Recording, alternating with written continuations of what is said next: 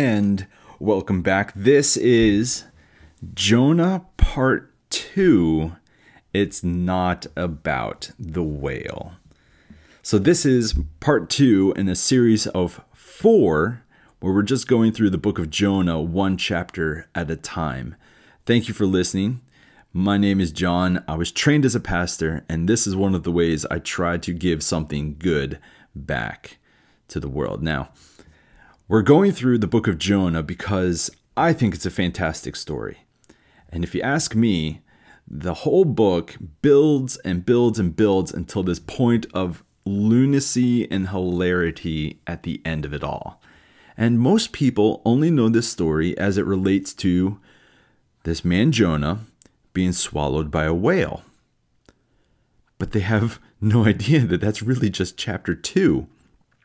So what happens in chapter 1, 3, or 4? But today we are going to talk about chapter 2, but I want to talk about it, and you'll see, in a different angle at one point. Because everybody reads it in this one way, and then I'm going to say, what if it's like this?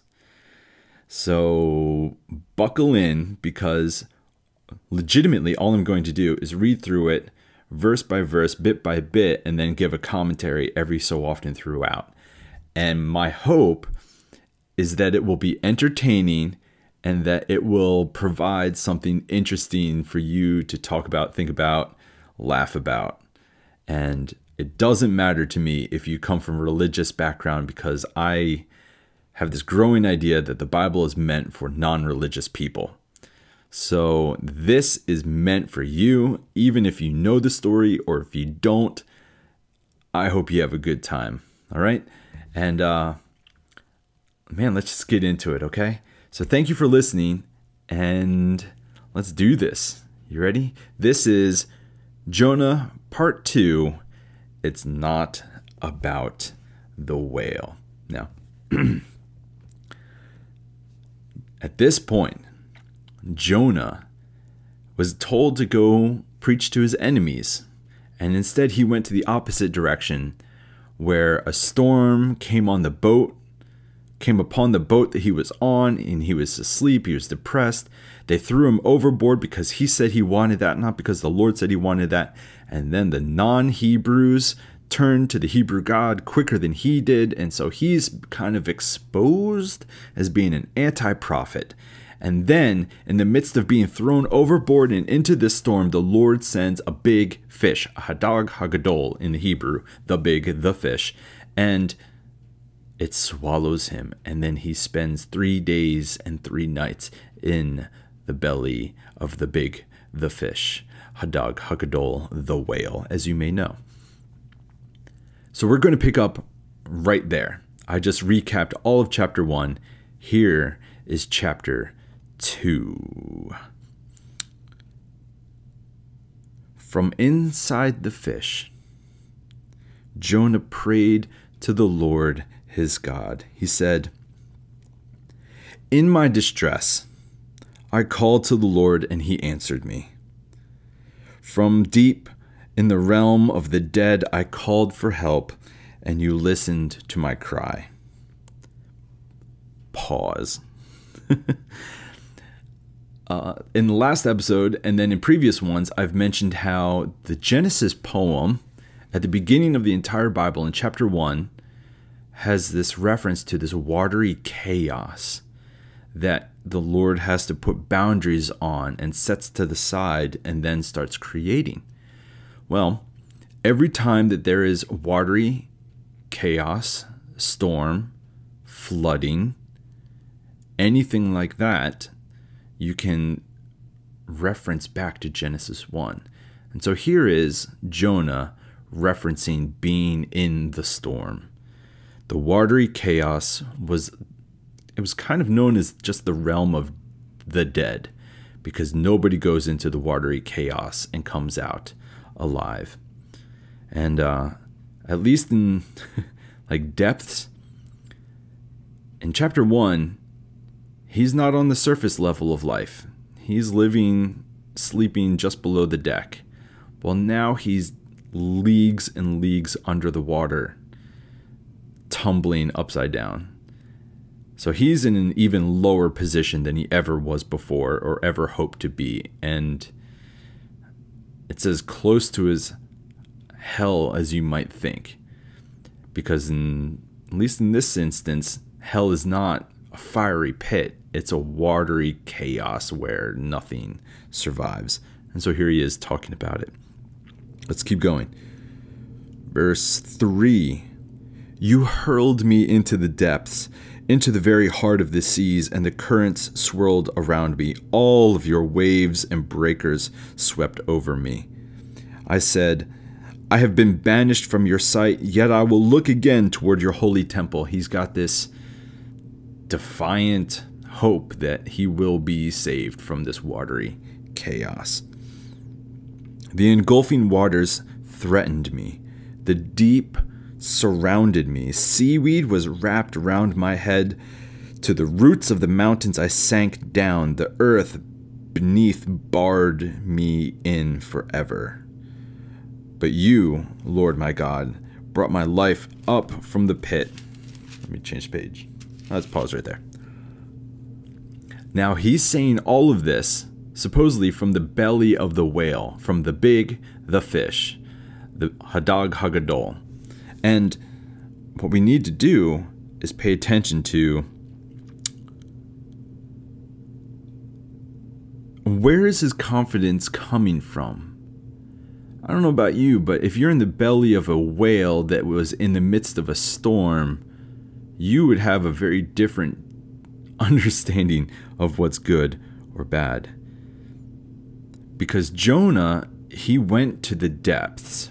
I said in chapter 1 that he was probably depressed. He was sleeping a lot. And so he went to the depths and he was swallowed by a big fish there. So here's a thought. At least a question, I guess. What does it look like for you or I to give thanks for a change of direction? Even if it isn't towards things that are good, it's just towards things that are less bad than what's going on right now. I think that's an important thing. Let's think about it a little differently. Jonah was in a swirling storm in the middle of the sea, thrown overboard from the boat. That's a bad situation. He's going to drown. He's going to die. And then he gets swallowed by a whale, which is still bad, but it's not as bad. And so here's a prayer in chapter 2 where Jonah is praying a prayer of thanksgiving because at least the situation he's in now is less bad than his previously all the way bad situation was.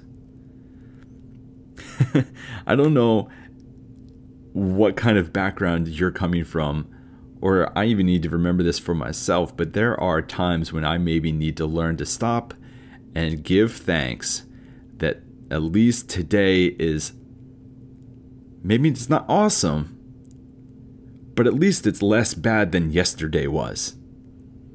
So let's give a moment of thanks for whatever thing you are going through that is, at least, if it's not amazing, at least give thanks that it's a little less bad than yesterday's situation was. Does that make sense? I hope so. Let's keep going. Verse 7. When my life was ebbing away, I remembered you, Lord, and my prayer rose to you, to your holy temple. That's quite profound poetry, I guess. Those who cling to worthless idols turn away from God's love for them, but I, with shouts of grateful praise, will sacrifice to you. What I have vowed I will make good. I will say salvation comes from the Lord. And the Lord commanded the fish, and it vomited Jonah onto dry land. At this point, Jonah seems to remember what he needed to preach to Nineveh. That to be in the belly of this beast reminded him. Yeah. And so we have to, I actually just lost my train of thought. I'll be honest. Somehow being in the belly of the beast reminded him what his job was. And so Jonah right here seems to have a change of heart, because he then says, at least to the stomach lining of the whale, the message that he needs to say to Nineveh, which is, those who cling to worthless idols turn away from God's love for them. But I, with shouts of grateful praise, will sacrifice to you. What I have vowed, I will make good. I will say, salvation comes from the Lord. Now, let's do the shift that I had mentioned before. Remember how I said everyone reads this chapter from this angle over here? Well, I want to say it from this angle over here now. So let's have some fun. Because at the beginning of chapter 2, when Jonah starts saying this prayer from the inside of the stomach of this big fish, there is no mention of Jonah's emotion. Now, we might be able to guess that he was maybe depressed during the first chapter, but it doesn't necessarily say whether or not he was hopeful or joyful. Does it make sense when he says this prayer? And so, what if this prayer, this monologue that he has inside the fish, what if it isn't praise, but instead is sarcasm? You hear what I mean? What if everything I just read wasn't a prayer of thanksgiving, but was actually rather more tongue-in-cheek? So I'm going to read through the whole thing again, but I'm going to try to read it with some sarcasm. So it could be kind of funny. You ready? From inside the fish, Jonah prayed to the Lord his God. He said, "In my distress, I called to the Lord, and he answered me. From deep in the realm of the dead, I called for help, and yeah, you listened to my cry. You hurled me into the depths and into the very heart of the seas, and the currents swirled around me. All your waves and breakers swept over me. I said, I've been banished from your sight, yet I will look again towards your holy temple. Sure. The engulfing waters threatened me, the deep surrounded me, seaweed is wrapped around my head. To the roots of the mountains I sank down. The earth beneath barred me in forever, but you, Lord my God, brought up my life from the pit." What pit? At this point, remember, he's still in the belly of the beast. "When my life was ebbing away," as he sits in the darkness, "I remembered you, Lord, and my prayers rose to you, to your holy temple. Those who cling to worthless idols turn away from God's love for them, but I, with shouts of grateful praise, will sacrifice to you. What I have vowed, I will make good. I will say, salvation comes from the Lord." What if all of that was tongue-in-cheek and sarcasm? "And the Lord commanded the fish, and it vomited Jonah onto dry land." Imagine the look on Jonah's face if everything that he just said, yeah, he prayed it to God, but maybe he prayed it in sarcasm, assuming that he was going to die in the belly of this whale, and then he gets vomited back up on dry land. It's almost like, oh, I was actually just being a jerk, and you actually did save me right now. You see what I mean? This might actually be a hilarious chapter rather than like an oddity of a chapter, and like, well, what kind of whale is capable of swallowing a human in that region? Also, I think it's amazing that these three words are in the Bible and that we call these three words scripture. It vomited Jonah. Imagine that. Those three words collectively make a phrase that we call scripture. It's by far one of the best phrases written in the entire Bible. So what if chapter 2 was sarcasm, And he didn't really expect God to save him. And so all of it was tongue in cheek. And yet, despite his punkness, despite his being emotional, and despite his being a pretty terrible prophet that ran in the opposite direction, the whale actually did save him. So here's 4 things just to think of, and then we'll be done. 1. Whether or not it's sarcasm or honest, humble, legitimate prayer, Jonah remembers his occupation. And so it's, in one sense, it is kind of a turning point, because he changes from chapter 1 and being an anti-prophet to remembering the message that he's supposed to share with everyone all the time. And he talks about the temple. He talks about praise. And then he talks about sacrifices. And then he kind of ends in a mini sermon. In essence, while in the belly of the beast, he remembers that there is such a thing as holy things. And that his life is supposed to be devout or devoted to the task of being a caretaker of the holy things in life. 2, you and I, we've all got to learn how to give thanks more often, especially when things shift from being terrible to being just bad. Because it's still an improvement. And yeah, we could lament and say, well, things are still bad. It's like, yeah, but it doesn't suck as bad as yesterday. And that in itself needs to be celebrated. Because Jonah, whether it was real or sarcastic, he at least maybe on some level recognized, you know what? It's better to be alive in the stomach of a whale than it is to be drowning in the midst of a gigantic, chaotic storm in the middle of the water. Yeah. Number 3. If his prayer was sarcastic, it makes his salvation moment in the last verse even better. That he gets spit up, and I can just imagine him looking around. But then coming to this 4th point, we've got to be careful. Because the thing that swallows us, that we think is for our curse or our damnation, it might actually be for our blessing or salvation. And so sometimes, at least with the whale, and whatever we're going through in life, going into it might feel like death. But then on the other side of coming out of it, it might feel like it's life.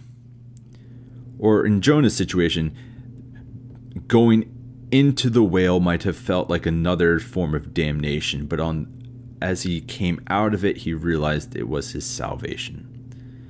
So be careful of denouncing the things that you're going through immediately. Because even though it's a hardship, and even though it's darkness, and even though it might feel like a pit that's dragging you down, what if in 3 days' time, this thing that you thought was so terrible might actually have been for your benefit? You see, the book of Jonah, we don't have an exact time period of when it was written. We know that there's a reference in 2 Kings to a person named Jonah, son of Amittai, which is the same name as this guy, this Jonah. But even this crazy story with a man being swallowed by a whale in chapter 2 has some themes that still resonate today. For instance, remember what we're here for. Remember that there is such a thing as holy things, and learn to be caretakers of those things. Give thanks in life when things at least get less bad. Maybe they're not amazing, but learn to give thanks. And then maybe realize that maybe it's good to pray sarcastically every so often, because at least you're praying. Does that make sense? And then, finally, be careful. Be careful of assuming that some things are curses, because they might end up being a blessing in disguise. So thank you for listening. This is Jonah Part 2. It's not about the whale. And next time we're going to do Chapter 3. I hope this was entertaining in some capacity and that you kind of chuckled along the way.